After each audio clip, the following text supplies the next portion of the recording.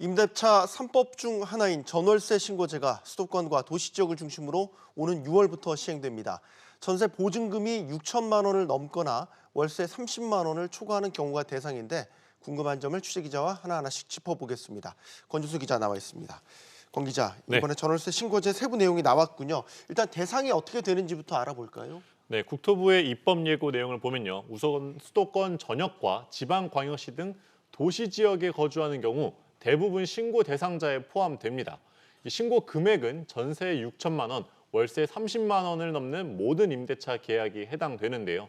반전세는 두 조건 중 하나만 해당될 경우에도 신고해야 합니다. 네. 자, 그렇다면 기존의 계약을 갱신할 경우는 어떻게 됩니까? 마찬가지로 신고해야 합니다. 이 경우 이전 임대료뿐만 아니라 이 계약갱신 청구권 행사 여부도 함께 신고하셔야 하는데요.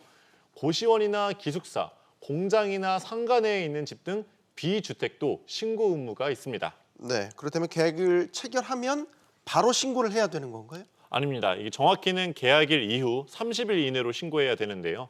임대인이나 임차인이 공동으로 신고해도 되고 둘 중 한 명만 해도 됩니다. 임대차 계약 신고서 양식에 양쪽이 함께 서명을 해서 관할 주민센터에 방문하거나 온라인으로 신고하면 됩니다. 네. 만약 신고를 안 한다면 어떻게 되는 건가요? 네, 내용을 빠뜨리거나 혹시나 허위로 신고할 경우 과태료가 최대 100만 원이 부과되는데 계도 기간이 있습니다.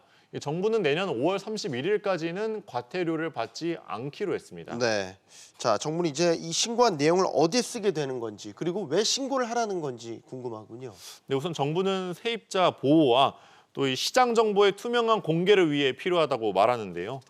임차인 입장에서는 보증금을 보다 확실히 지킬 수 있게 한다는 측면이 있고 또 정부는 임대차 계약에 대한 보다 명확한 정보를 갖게 된다는 측면이 있는 겁니다. 네.